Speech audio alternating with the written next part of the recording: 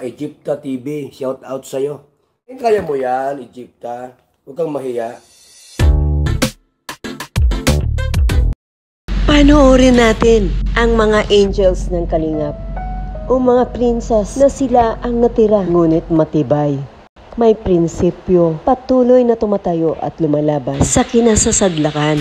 Ngunit sa tulong at pamamahala ni Kalingap Rob at pag-aaruga ng buong Kalingap team, ang cross na nakapako sa kanilang katawan ay biglang naglaho at lumiwanag ang agos ng kapalaran. Dahil ito ay inalis na ng Diyos ang pagkapako sa tulong o paggamit ng Kalingap. Ito ang mga kabataan ngayon sa kanilang bagong henerasyon na alam natin na may magandang patutunguhan sa pagkangayon. Huwag lang bumitaw sa taong tumulong o lumingon sa pinanggalingan at tsak tuloy-tuloy ang grasya ng Panginoon. Bawat isa sa kanila ay naglabas ng hinanaing at mapait na karanasan sa buhay na kanilang pinagdaanan. Sa mga exam po, tapos sa mga, parang sa school po. Parang ano po, na insecure pa ako sa mga klase ko po, parang nakakasabay sila sa mga activity, tapos ako parang slow learning, parang ganun pa ako. Hindi pa ako nakakasabay sa kanila, pero minsan ginagawa ko pa yung best ko para makasabay ako sa pag-aano. Kasi minsan po kasi sa school, parang yung nakakapasa sila, tapos ako parang hindi ko pa nagigets na masyado. Parang dinadon ko yung sarili ko, tapos yung na-insecure ko sa kanila. Ba't sila ang datalino nila? Tapos ako lang, ganito lang po ako. Kasi yun po, parang nalulungkot para sa sarili ko.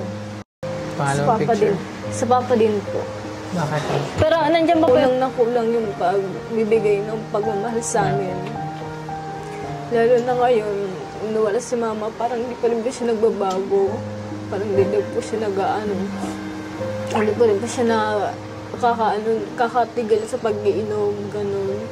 Parang parang libangan niya na rin po para mawala yung problema niya. Pero sobrang sakit po sa puso, parang hindi ko nararamdaman yung pagmamahal nila sa mga kapatid din po.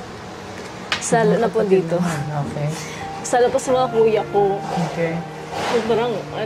Sobrang lungkot po kasi wala din po akong nararamdaman na pagmamahal sa kanila. Kasi po, kami dalawa lang po baga ni Bea. Kami dalawa lang po. Tapos pag punta na po kasi sa bahay, parang wala lang po. Hindi mo lang po kinakamusta na, okay ka na ganyan, okay lang kayo dito ng dalawa.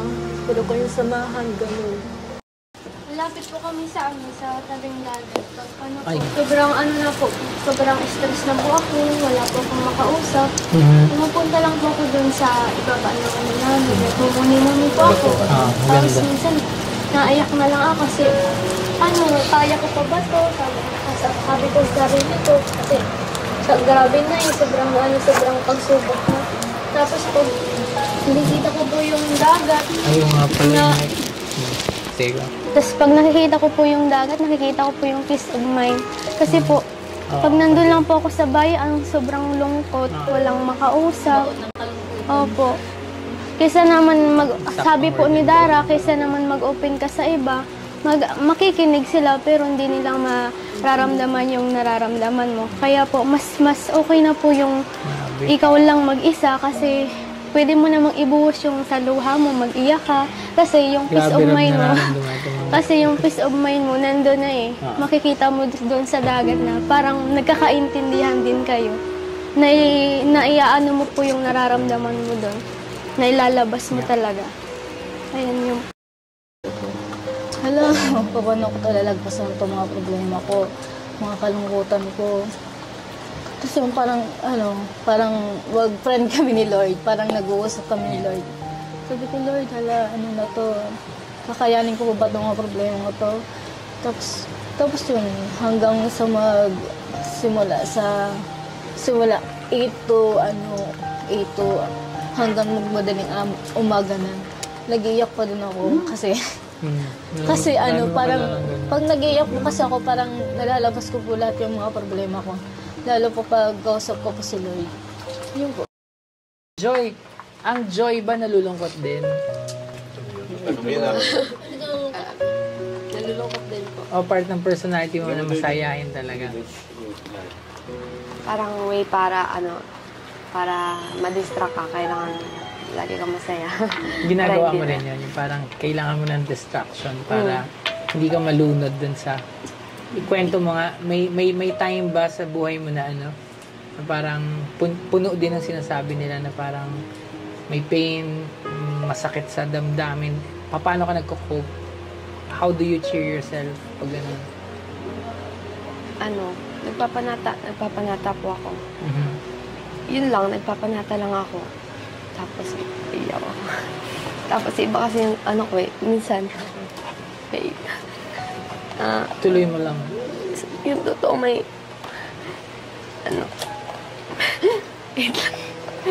Baka atakihin. pag nagpapanik attack ako, Meron ka.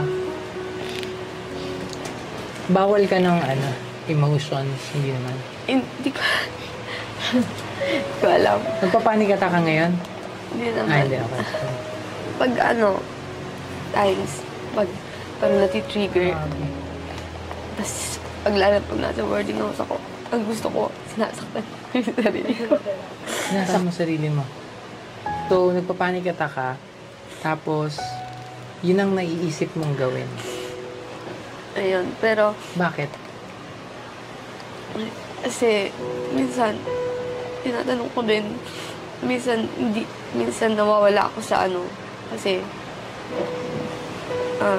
nagpe-pray naman ako, Yeah. pero, sa akin pa rin balik yung mga, May nagtitrigger. Ganun. Yeah.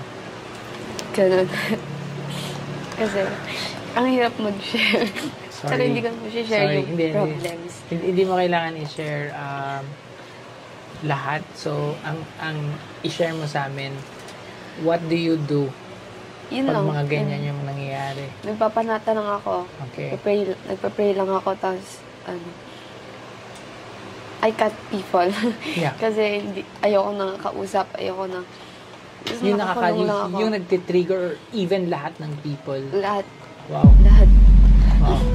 Tapos, pag nagpapanik na ako, gusto ko, dinidistract yung sarili ko, gusto ko sinasabi. Yeah. Meron kang tao na natakbuhan mo.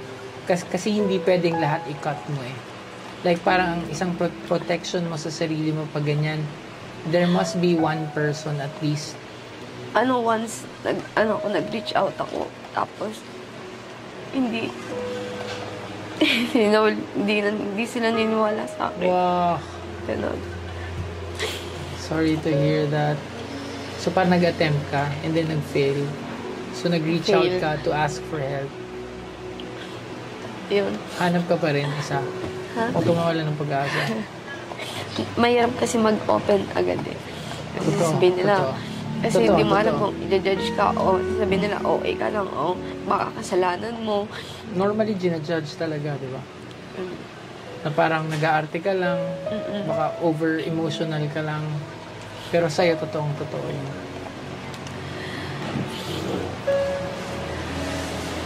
So, nag-cut ka ng... So, hindi mo pa nasagot yung question ko. So, parang kapag nangyayari yun, nag-cut ka ng people, sinasarili mo, di ba? Parang ganon. May way ka to cheer yourself after nung parang moment na yan. Paano mo nililibang o dinidistract ang sarili mo? Meron kang ganon? Wala. Hindi ko po alam kasi matagal bago mawala yung ko eh. Days yun? Days. Ilang years na? Parang 2 years. And then, hindi pa na paano yan? Parang hindi mo na pa... Parang wala ka pa nakausap tungkol dyan. Meron na. May Professional. sinabihan na ako. Na professional, like, clinically diagnosed na ba? Wala. So, kinakaya mo? Ha? Kinakaya? Kaya. Napakalakas ng kapit nila sa ating Panginoon. Ano Kaya advice sila mo for- pinagpala. Naririnig natin ang bawat isa, ang kanilang mga saloobin. na dahan-dahan na naghilom sa kanilang bagong posisyon kasama ang Kalingap team upang sila ay iangat sa magandang kinabukasan. Hanggang sa muli. Huwag niyong kalimutang tuloy-tuloy ang pagsuporta sa Mag-amang Matubang at syempre ang aking munting channel, Egypta TV. Maraming salamat po sa aking mga subscribers at sa aking mga followers. God bless you all!